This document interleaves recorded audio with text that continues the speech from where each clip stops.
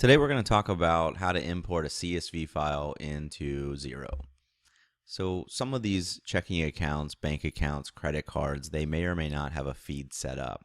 And there are many reasons for that. Some of it's just there's too many rules for the bank that the feed just won't work. Some of it's just that there's smaller banks and credit unions that just haven't been set up yet. So a lot of time business owners will have multiple bank accounts, and there could be one of your bank accounts that just isn't fed into Xero on a daily basis. So you actually have to physically import a bank statement.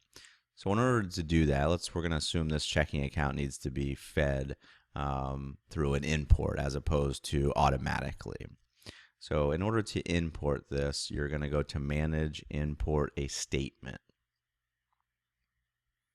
Okay, so here's the screen that you're going to use to import a statement into Xero. And here are the file formats you can import. So here are the options. I typically use the CSV file. And in order to do it correctly, Xero offers a CSV template that you can use. So let's take a look at that. So here's the template that they give you to help you import a statement. And the asterisks here are date and amount. So those are the two minimum columns that you have to have in order to import into Xero, which makes sense, right? You need to know the date of the transaction, and you need to know at least the amount of the transaction and whether or not that amount is a deposit or whether or not that amount is an expense or a spend transaction. Now, in order to know that on the amount side, there has to be a positive and a negative. So the positive numbers are deposits. The negative numbers go in as spend or expenses, if you will, spend money, so that then you can go in and actually reconcile and code the transactions. Now, there are other columns here that you can add, but they aren't required. One of those is the payee. You have the description, reference, and you have the check number. Okay, so not all CSV downloads from your banks come out in this format, and that's why you have this as a template or a reference. There's a couple things I think you need to know that I run into. So one of those is PayPal. Not all PayPal feeds are fed on a daily basis, so some you actually have to import. So if you're going to import from PayPal, when you first log in, you're going to have these at the top. So you're going to click on Activity, and then once you click on Activity on the right hand side, there's going to be a spot that says Statements. You'll click on the drop down and you'll click on Activity Export, and then you'll come to this screen.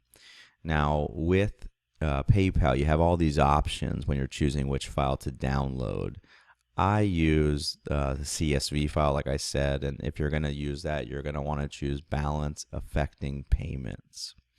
Now, so then you'll have that as the file type for download. You need to put in the from and the to. So on the from side, this is the from, basically the last time we exported. So in order to know that, you'll go back into the dashboard. You'll look at the checking account you're going to download, or you're going to import, and you'll look at the date. So today's date's May 16th, and the last time this was imported was May 8th. So we're going to go ahead and use May 8th here, just in case there was a transaction that got posted that day that we didn't get in. I use that date, and then I typically use yesterday's date. So instead of the 16th, I'll do yesterday's, which is the 15th, just because it's very possible that there may be something that still needs to be posted today, but it's likely that everything's posted from yesterday. So that way, next time you'll do the 15th to whatever the date of yesterday would be. All right, then you're going to go ahead and download the transaction from there.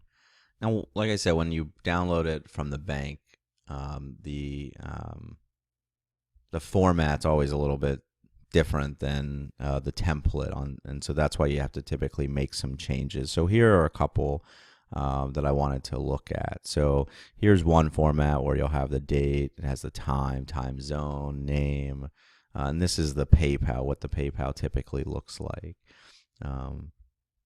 Then a second format might be something like this, where it has the debits and the credits. You can see on the PayPal, or you can see on this one, all the amounts are positive. And you can see on the PayPal, it does give you the positive for the deposits and the negative for the spend money. But you can see at the top row here, it has it sorted. And then here's a third file. Here we go. And so you can see on the column, the row number 3 here has all the headings, but then there's additional rows on top that gives you additional information. So with all of these, what you need to do is get it to the right template in order to import it into Xero. So the first one is we always want the headings at the top. So we'll delete the first 2 rows. The second one is I like to get rid of the columns that we don't need. So we need a date, but it has to be in this format. So this format's not going to work. So we're going to get rid of A, we're going to get rid of B. We'll delete those. At least for my purposes, the currency is US, so I'm going to delete those. And transaction, we don't need that. Transaction, now payee, there's nothing in that column, but we'll go ahead and leave it. We don't need these 3, so we'll go ahead and delete that. And then these are all blank, so let's just delete those just to make it easier. So we know we have the date, we know we need that, we know we need the amount. Now, and then we know what we want is the other columns as well, if we can get them. So here's the description. We definitely want that if we can get it. Now, the issue we have here is you can see all of the amounts are positive. So we need to make the expenses negative. So in order to do that, we need to sort. So the sorting on this one, I'm on a Mac, so it's a little different maybe than the Excel on Windows, but it's similar. So here we're going to sort, and we're going to sort by credits and debits. So we're going to sort by column D.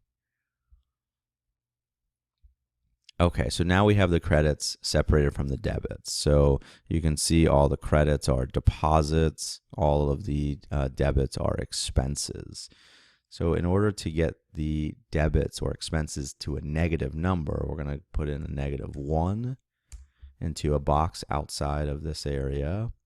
And then you're going to right click, you're going to copy, and you're going to go ahead and select all of the expenses. You're going to right click, paste special, and then click on the multiply radio button. Click OK. That makes them all negative there, as you can see. So then we're going to hit escape, and then we're going to delete that box. And so now here you go. Here's the format we want. We have the description, amount, and we have the date. And again, we have the expenses as negative. Okay, so same concept. Here's a different format, but here we have the check numbers, but same. We would sort this so that the debits are separated from the credits. We would make the debits negative, and then at that point we would save the file, and we'd go back to Xero, and we would go to manage and then import. Now we've saved our CSV file. We have it in the right format. We have it in the right columns. Everything's ready to go. So you're going to go to the import screen. You're going to browse. You're going to find your saved CSV file, and then you're going to select it. And then we're going to go ahead and import it. Okay, so then when you go ahead and import it, if this is your first time doing it for this bank account, then what happens is Xero wants to make sure that they're correctly putting the statement data with the correct columns in the CSV file.